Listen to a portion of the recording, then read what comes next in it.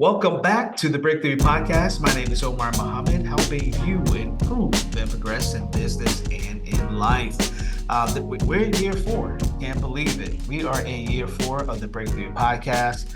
I wanted to come on to share with you what's going to happen with episodes number 4 through 9.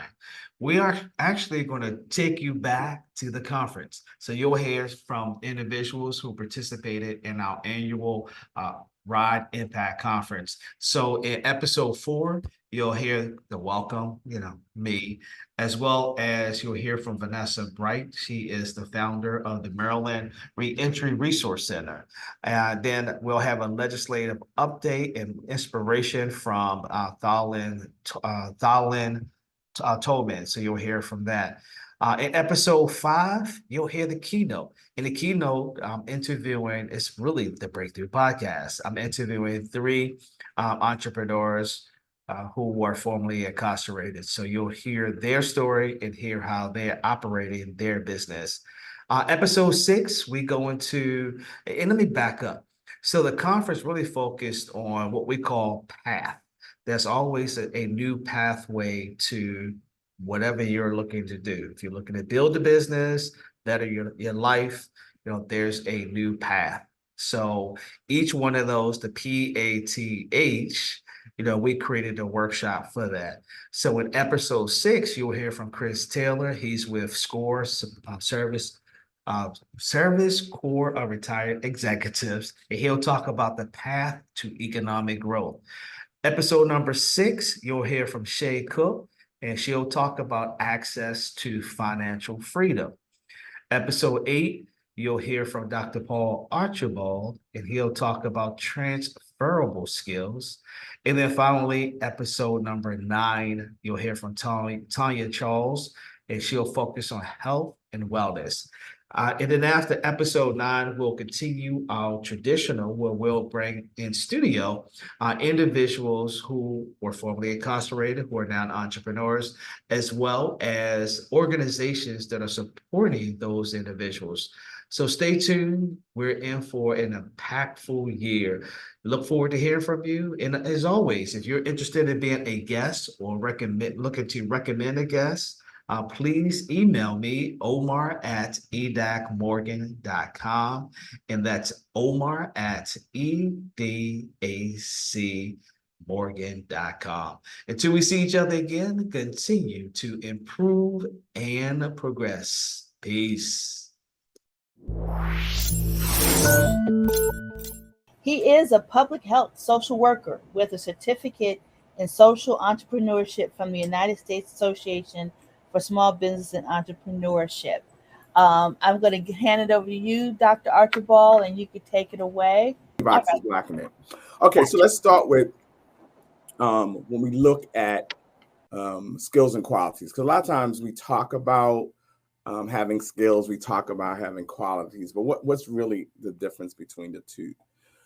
So if you kind of look at this, skills are the things that people know how to do, right? We can learn that, we can teach that. But qualities a lot of times are very much more specific. These are one's characters and their personality, a little bit more innate. But what we want you to keep in mind is that both skills and qualities can be both developed over time. And each of these, both skills and qualities, is what makes us very, very successful in our business ventures. We all know that pending the career that you're engaging or the business that you're partaking in, it requires different skills and different qualities. But our focus today is to kind of talk about those skills that are transferable. So I just wanted to ask some questions, and because the VVox isn't working right now, as you look at these listing, and I have, as you hardworking, communication, can you differentiate between which ones are skills and which ones are qualities? And just take some notes for yourself as you begin to look. When you think of a person who is hardworking, do you see that as a skill or do you see that as a quality? Communication, being responsible, We always tell people, I want you to be responsible. Is there a skill in being responsible, or is that a quality? When we think about being adaptable. So I have checked off the ones that we have identified as skills, right? You have great communication skills. If someone knows how to engage in first aid, that is a skill. If you know how to solve problems, that is a skill. So I want us to kind of think about that as we're going through our exercises today. Throughout your times, as you're when you go look at your resume and the things that you identified in your resume, did you identify skills or did you identify qualities? And so I just want us to kind of think about that.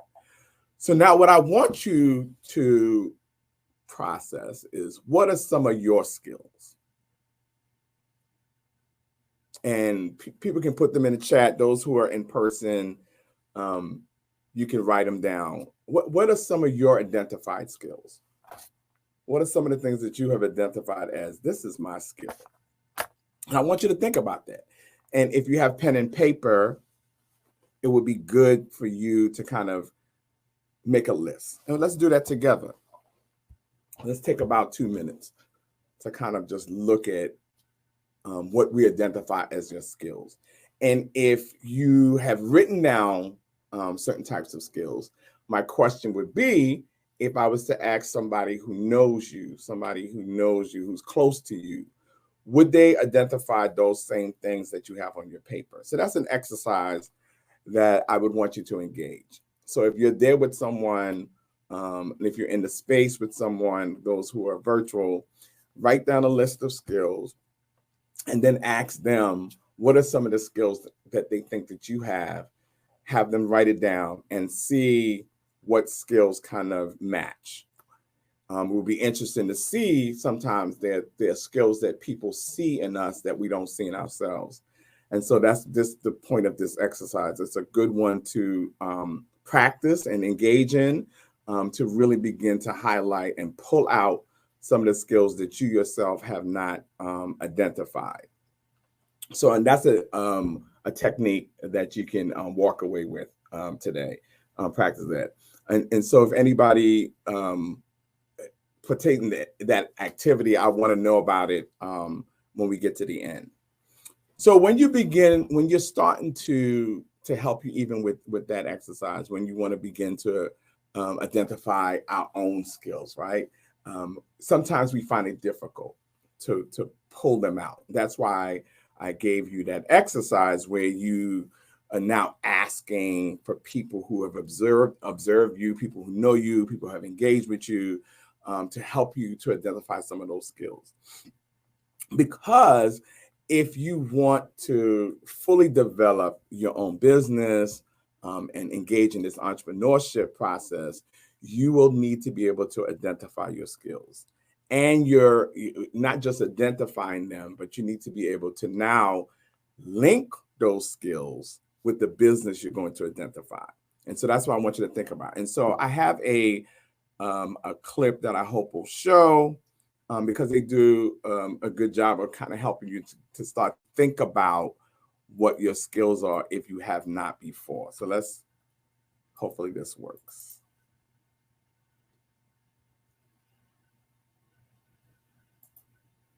And Jenny, let me know if you can hear it and if it's good.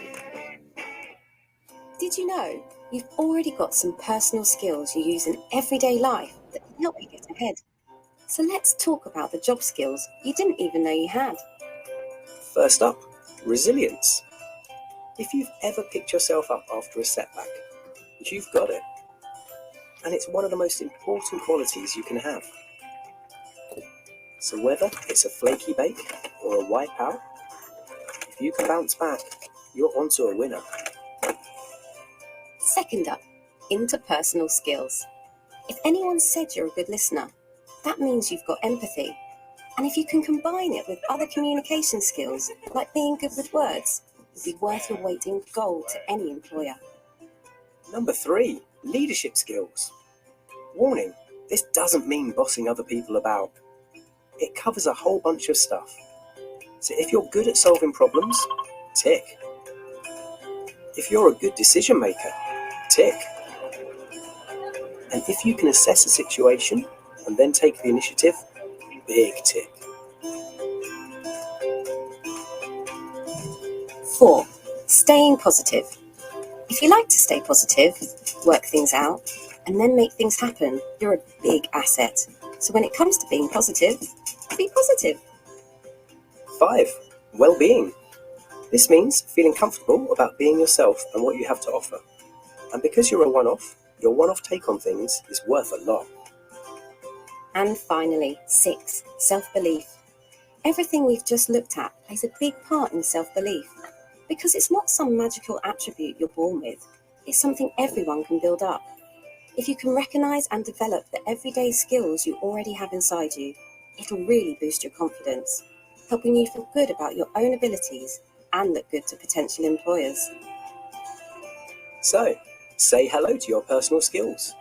They're your new best friends forever, because they'll help you stand out, land your first job, and get you wherever you want to go. And so I wanted you to think about that from that clip.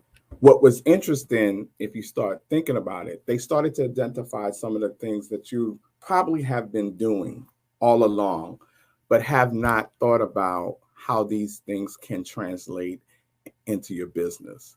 And so I wanted you to kind of think about that. That's what this whole process and this exercise about transferable skills is about, is for you to start thinking about what skills you already possess that can be transferred into your business, into your entrepreneurship. So what are skills, right? This is just one's ability to do something. They're usually categorized into 3 types, right? The first is our basic skills. These are the things that we learn, some of the things that we learn in school, to read, write, count, those things. But then there's also vocational technical skills. These are skills that are very specific to a specific career. And these are those type of skills that are not really easily transferable. But then we want to get to the essential skills. This is what we're going to talk about in the time that we have left. I'm going to move through this so you can get them. These are the skills that everyone needs to do a job. And it's stuff that we carry on. And so the Skills Partnership have really identified these areas, right? These 8 areas: listening, speaking, problem solving, creativity, staying positive, aiming high, leadership, and teamwork. They've identified these 8 critical areas, and let's just look at them. I think it's just easier for us to kind of look at them. So let's just kind of look at them in the context of what we want for you to have. So when we think about listening, we went to school and people taught us how to read and write, but many of us, like myself, we haven't really engaged in a class that teaches us how to listen. And so this is sometimes an area that we take for granted.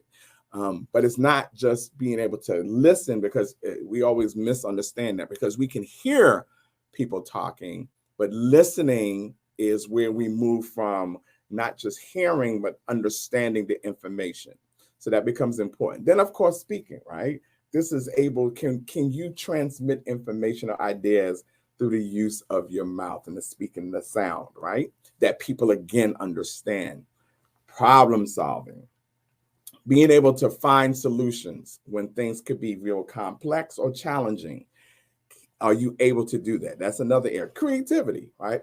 Are you able to use your imagination and produce new and innovative ideas?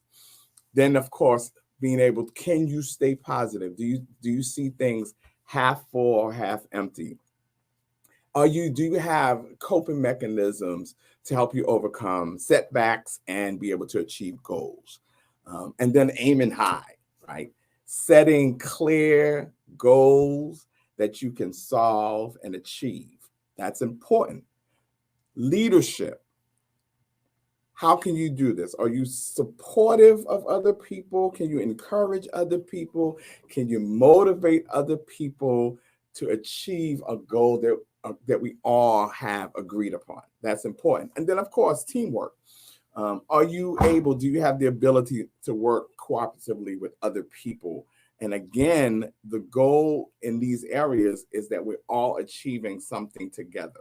So these are the 8 areas, and we're going to get to that again at the end of it. But I want you to keep those in mind. So it's listening, speaking, problem solving, creativity, staying positive, aiming high, leadership, and teamwork. The way that we're able to really function and manage and achieve competency in these 8 areas is by us increasing what we call our emotional intelligence.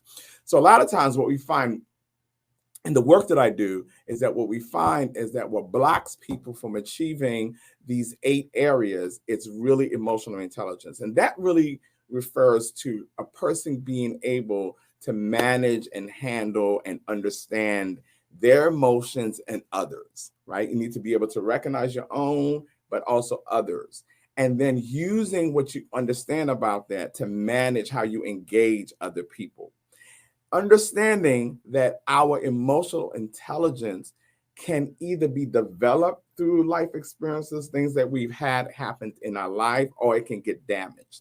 And this is an area that I always talk to Omar about, and when we're talking to people coming into this work, that we need to be able to gauge whether or not people have worked through their skills in emotional intelligence. So there's really 4 panes of this. This is self-awareness, is those things that you see. Self-awareness and social awareness falls into the category of things that you can see. Things you can see in yourself, but then social awareness is things you can see in others, right? In the relationship you have with other people. And then what you see moves into what I do. So how do I manage myself? And how do I manage when I am engaging other people? So you can look at it this way. So what does this have to do with entrepreneurship? Well, you can see in self-awareness area, what I see, am I able to really accurately perceive my own emotions? So I'm aware of how my emotions are affecting my interaction with other people, and then keep it on top of how I respond when I'm in specific situations. So I learn how to manage that. That becomes important. But it also is about, are you able to pick up on the emotions in other people to really begin to understand what's happening? What are people trying to portray to me in the way that the emotions is happening or is coming off, even if I don't feel the same way that they're feeling? And that's important. We could talk about that a little bit later. And then self-management, able to use awareness, and then relational management, able to use that awareness to interact with others, but using that same awareness to interact with people that you're engaging in. And so I want to move quickly so we can get to these areas because I got 9 minutes. And so when you think about the transferable aspect of it, why is it important? It's because these are some of the skills that you already have, but you need to develop them, and they, over time. Because the only way you can begin to develop them over time is that you have to know that you have them, right? So let's kind of look at them. They fall into 4 themes. So listening and speaking falls into our communication. So the way that you can begin to develop that area is begin to listen to what people are saying and really evaluate, not just your perspective, but other people's perspectives. Then in the speaking area, learn and begin to get feedback from people about how clearly you're speaking when you're discussing things. And a lot of us, we don't like to present often, but presenting information to people helps. Then is the creative problem solving area. So that's where problem solving creativity falls in. This is where we have to complete tasks. We have to explore the problems, but also the solutions, right? We have to be able to implement plans and actions, being able to develop creative and also new ideas. But then we also want you to start thinking about your interpersonal skills, the leadership and teamwork area. Begin to encourage others to contribute effectively to shared goals. Like, do you have that ability to motivate other people? How often do you take part in activities that involves shared goals? The way to build up these areas is you have to start getting involved in activities where you share goals. And then, of course, staying positive, the self-management skills, staying positive and aiming high. You're always looking for opportunities when things go wrong. So we don't look at them as problems. We look at them as opportunities for improvement, which is a different way of viewing it. And then, of course, we have to really build out and become competent in setting goals and achieving them. So what we don't want to do is set goals that we don't think we can achieve, but really set goals that we can achieve so that we start to feel a little bit more competent, but then it also increases the competency in that area. So what I want us to work through is, how do we begin to identify these transferable skills? So the first thing is, you want to begin to reflect on some of your past experiences. So take some time to think about, what are some of the jobs that I've had? What are some of the internships, the volunteer work, the extracurricular activities that I've done before? Kind of chart, make a little timeline, and just think about all the skills that you've achieved during those times. And really write them down like we did earlier. This is also a good time where you could really talk to other people who can really help you with those. Then you want to go out there online, and talk to other people and look at what some of the job descriptions are in the business that you want to start, the business that you're in, or the industry that you want to tap into, to see how they're describing the job, how they're describing positions, and look at the skills and the qualifications that they're asking for. And then look at and see, are there any skills there that speak to you, right? That identify you. These are skills that you possess, like, yeah, I have that. I can do that. Then you want to look at some of the things that are happening, like even what we're having now, consult career resources. There's online assessments, which some have engaged, career coaches. There's a lot of self-assessment tools, some of which those have engaged in RIDE, have participated in. And then you'll begin to get some really insights on where you are. It helps to really identify talents that you didn't even think about that are available.